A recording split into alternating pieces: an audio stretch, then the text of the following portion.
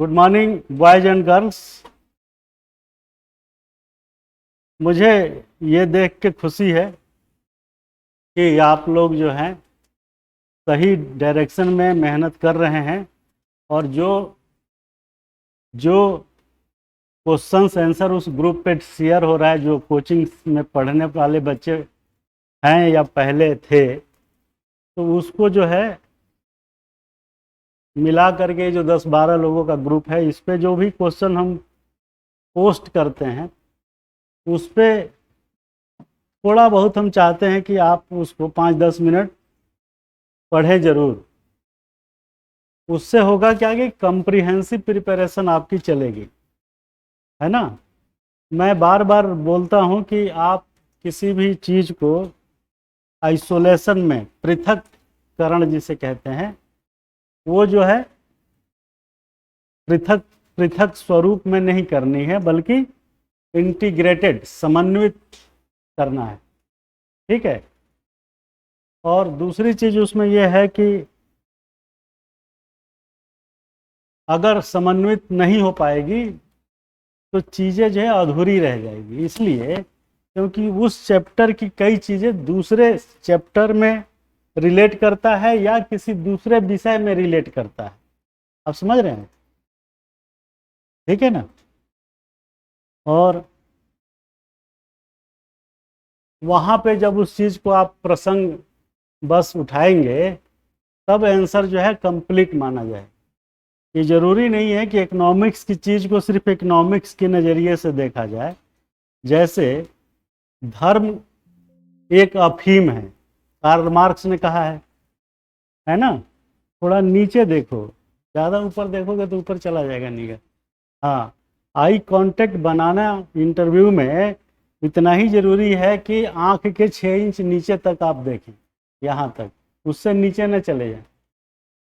लड़कियों के केस में ख़ास तौर से ये मायने रखता है कि आप जो इंटरव्यू बोर्ड है, आप उसमें कोई महिला है तो जब आप उससे बात करें तो आप उसके यहाँ देखें, बिंदी के पास, कि आँख से 8 इंच नीचे ना देखें। समझ गए ना।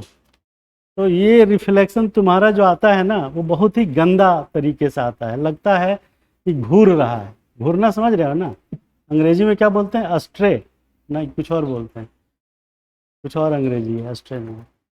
तो जब बोर्ड में इंटरव्यू देने जाओगे ना और ऐसे देखोगे तो बहुत नेगेटिव इम्पैक्ट मानेगा वो। और कभी भी किसी के, चाहे इंटरव्यू में 8-7-8 लोग बैठे रहते हैं, उसमें आप एक की तरफ ही लगातार ना देखें। मैंने ऐसा फील हो कि आप सबको समान रूप से इंटरेक्ट कर रहे हैं और बीच बीच में जो निगाहें थोड़ी नीचे ऊपर, कभी इधर कभी उधर होनी चाहिए। तो तुम्हारे में ये चीज़ बड़ी गड़बड़ लगती है कि तुम लगातार देखते रहते हो ऐसे, जैसे पता नहीं क्या हो रहा है। मैं तुम्हारा जेस्चर को एनालाइज करके बता रहा हूँ कि इसमें सुधार की ज़रूरत है, अदरवाइज वो नंबर ही नहीं देगा। आप कितना भी अच्छा बता दीजिए, एक तो वो जल्दी विदा कर देगा, कहेगा यार ठीक है, हो गया, थैंक यू। तो जिसका इंटरव्यू 30-40 मिनट से कम होता है, वो समझ लो कि उनका नंबर गया। भाई अगर आप मुझे अच्छा लगेंगे तभी ना मैं बात आगे जारी रखूँगा, है कि नहीं। और आपका जेस्चर, जेस्चर समझ रहे हो ना, मैंने बॉडी लैंग्वेज समझ लो। बॉडी लैंग्वेज क्या है? यही ऐसे बताना, देखना, है ना, आपका एक्शन में आना, बैठने के ढंग, है ना, झुकना कितना, यही सब बॉडी लैंग्वेज इसी को बोलते हैं। तो ये सब चीज़ें जो है कॉम्प्रिहेंसिवली मैटर करती है, समझ रहे हो। ये आइसोलेशन यानी अलग थलग नहीं आप एनालाइज कर सकते इसको। इसको जो है आइसोलेशन में नहीं रखा जा सकता, बल्कि सबको इंटरकनेक्ट करना पड़ेगा। तो जैसे हमने एक उदाहरण देके समझाने का प्रयास किया कि कार्ल मार्क्स ने कहा था कि धर्म अफीम है। अब आप बताइए कि ये कौन से विषय में आएगा? इकोनॉमिक्स में भी आएगा, पॉलिटी में भी आएगा, और बाकी एथिक्स में भी आएगा, इंटरव्यू में भी आएगा, और पूरे जीवन भी काम आएगा। लेकिन आप इसके स्टेटमेंट को किसी एक विषय में तो नहीं बांध सकते कि वो अर्थशास्त्र के रेफरेंस में था, नहीं बांध सकते ना। ऐसे बहुत सारी, जैसे स्टेटलेस सोसाइटी, राज्य विहीन समाज, वो जरूरी थोड़ी नहीं खाली पॉलिटी में है, वो इकोनॉमिक्स में भी घुसा हुआ है उसी तरीके से, क्योंकि आर्थिक निर्धारणवाद के लिए स्टेट जिम्मेदार है। तो सबको कल्याणकारी राज्य होने के नाते सबको जो है अपलिफ्टमेंट करेगा ना, उसकी ड्यूटी है। तो अब आप ये तो कह नहीं सकते साहब राज्य विहीन समाज गांधी जी का पॉलिटी में था, इकोनॉमिक्स में पूछ दिया, हम कन्फ्यूजिया गए, ये तो नहीं कह सकते ना आप।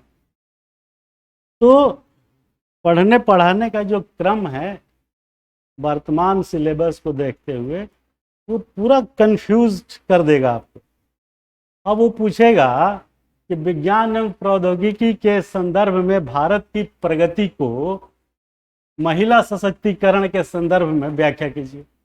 अब कहाँ से उठाया? साइंस एंड टेक्नोलॉजी को उठाया, ले जाके ग्रामीण समाज सोसाइटी में रख दिया, और फिर पूछ रहा है इकोनॉमिक्स की तरह कि बताओ कितना एम्पावरमेंट हुआ। अब इस टाइप के सवाल को आप क्या कहिएगा? अरे साहब ये कौन से सब्जेक्ट में था, ये कौन से पेपर में, कौन से विषय में मालूम? दिक्कत करेगा ना, पक्का दिक्कत करेगा।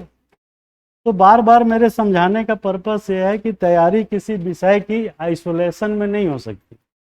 तैयारी आर्टिकल 32 एंड 226 में what is the difference between 32 and 226? दोनों में रिट पिटीशन है, एक हाई कोर्ट में है, सुप्रीम कोर्ट। यहाँ तक क्लियर है? क्लियर है ना भाई राजमीत? अब इसके आगे ही कहानी आपको मालूम है, पूछ रहा हूं मैं कि दोनों में अंतर क्या है।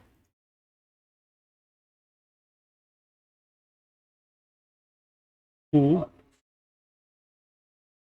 हम्म हाँ हाँ, ये फर्क थोड़ा ना है, इतना फर्क थोड़ा ना पूछ रहे, इतना तो प्रोसीजर है जो आप बता रहे हैं, दोनों में फर्क पूछ रहा हूँ। आपने जो बताया वो प्रोसीजरल डिफरेंस बताया, हम पूछ रहे हैं कि 32 और 226 में अंतर क्या है। हमने ये नहीं पूछा कि 32 और 226 में प्रोसीजरल डिफरेंस क्या है, ये नहीं पूछा हमने। क्लियर है ना? यही तो क्रक्स है क्वेश्चन का, कि हम ये पूछ नहीं रहे हैं जो इन्होंने बताया। क्वेश्चन है सिंपल कि आर्टिकल 32 और आर्टिकल 226 में क्या फर्क है, बस इतना सा।